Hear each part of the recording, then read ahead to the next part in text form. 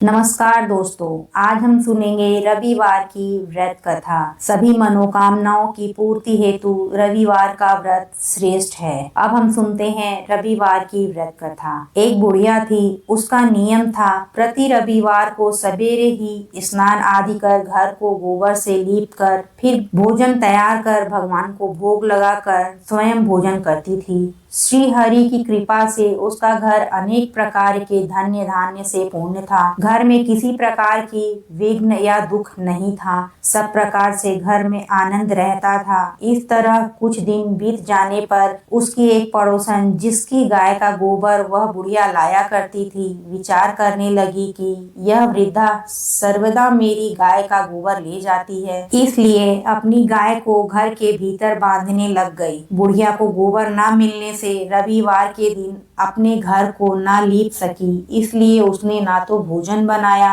ना ही भगवान को भोग लगाया तथा स्वयं भी उसने भोजन नहीं किया। इस प्रकार उसने निराहार व्रत किया। रात्रि हो गई और वह भूखी सो गई। रात्रि में भगवान ने उसे स्वप्न दिया और भोजन न बनाने तथा भोग न लगाने का कारण पूछा। वृद्धा ने गोबर न मिलने का कारण सुनाया। तब भगवान ने कहा कि हे माता, हम तुमको ऐसी गाय देते हैं जो सभी इच्छाएं पूर्ण करती है, क्योंकि तुम हमेशा रविवार को गाय के गोबर से घर लीप कर भोजन बनाकर मेरा भोग लगाकर खुद भोजन करती हो, इसलिए मैं बहुत प्रसन्न हूँ। मैं निर्धन को धन और बांझ स्त्रियों को पुत्र देकर दुखों को दूर करता हूँ तथा अंत समय में मोक्ष देता हूँ। स्वप्न में ऐसा वरदान देकर भगवान अंतर्धान्य हो गए। प्रातः जब वृद्धा की आंख खुली तो वह देखती है कि आंगन में एक अति सुंदर गाय और बछड़ा बंधे हुए हैं। वह गाय और बछड़े को देखकर अत्यंत प्रसन्न हुई और उसको घर के बाहर बांध दिया और वहीं खाने को चारा डाल दिया। जब उसकी पड़ोसन बुढ़िया ने घर के बाहर एक अति सुंदर गाय और बछड़े को देखा तो द्वेष के कारण उसका हृदय जल उठा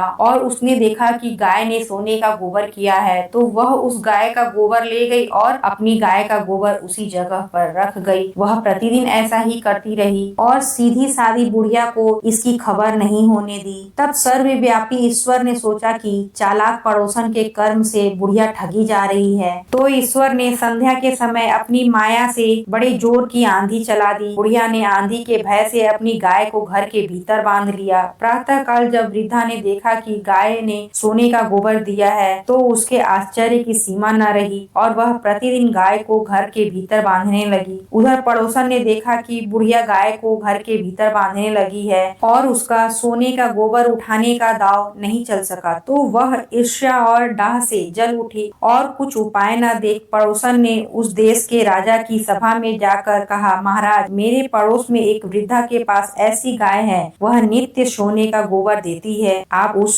सोने से प्रजा का पालन करिए। वह वृद्धा इतने सोने का क्या करेगी? राजा ने यह बात सुन अपने दूतों को वृद्धा के घर से गौ लाने की आज्ञा दे दी। वृद्धा प्रातः ईश्वर का भोग लगा भोजन ग्रहण करने ही जा रही थी कि राजा के कर्मचारी गाय खोल कर ले गए। वृद्धा काफी रोई चिल्लाई, किंतु कर्मचारियों के समक्ष कोई क्या कहता। उस दिन वृद्धा गाय के वियोग में भोजन न खा सकी और रात भर रो रो कर ईश्वर से गाय को पुनः पाने के लिए प्रार्थना करती रही। उधर राजा गाय को देखकर बहुत प्रसन्न हुआ, लेकिन सुबह जैसे ही वह उठा, सारा महल में गोबर से भरा दिखाई देने लगा। राजा यह देख घबरा गया। भगवान ने रात्रि में राजा को स्वप्न में कहा, हे राजा, गाय वृद्धा को लौटाने में ही तेरा भला है। उसके रविवार के व्रत से प्रसन्न होकर मैंने उसे यह गाय दी है। प्रातः होते ही राजा ने वृद्धा को बुलाकर बहुत से धन के साथ साथ सम्मान सहित गाय बछड़ा लौटा दिया। उसकी पड़ोसन को बुलाकर उचित दंड दिया। इतना करने के बाद ही राजा के महल में से गंदगी दूर हुई। उसी दिन से राजा ने नगरवासियों को आदेश दिया कि राज्य की समृद्धि तथा अपनी समस्त मनोकामनाओं की पूर्ति के लिए रविवार का व्रत रखा करो। व्रत करने से नगर के लोग सुखी जीवन व्यतीत करने लगे।